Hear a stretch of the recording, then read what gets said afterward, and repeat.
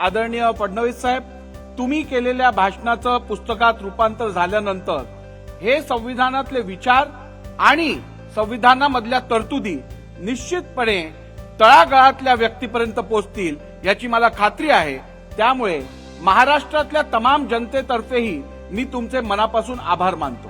इस आयु में इतना नपातुला बोलना, इतने सहज भाव से बोलना और इतने प्रमाण के साथ अपनी बात को व्यक्त करना, ये प्रदेश का सौभाग्य है जिसको ऐसे मुख्यमंत्री मिले हैं। मला वाटतं संविधान समजावून घेणारा आणि दुसऱ्याला समजेल अशा भाषेमध्ये या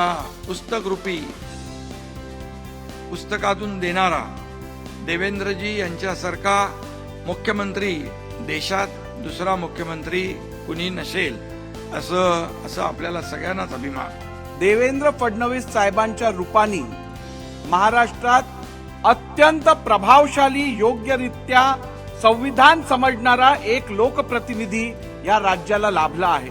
आपण मानलेला प्रत्येक मुद्दा हा केवळ तुमचा विचार नसून संविधानाने दिलेलं मॅन्डेटचं रूपांतर आपण सगळ्यांसमोर केलेलं आहे।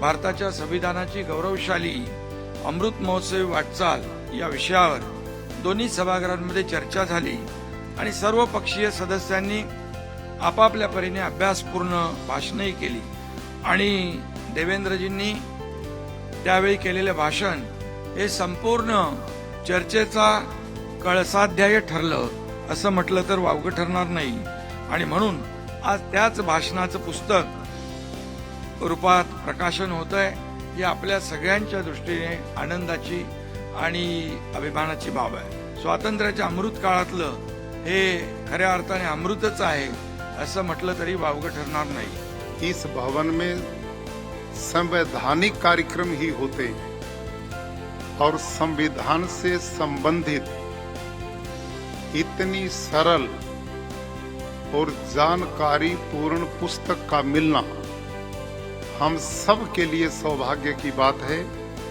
इसके लिए मैं फडणवीस साहब को बहुत बहुत बधाई और अभिनंदन करता हूं।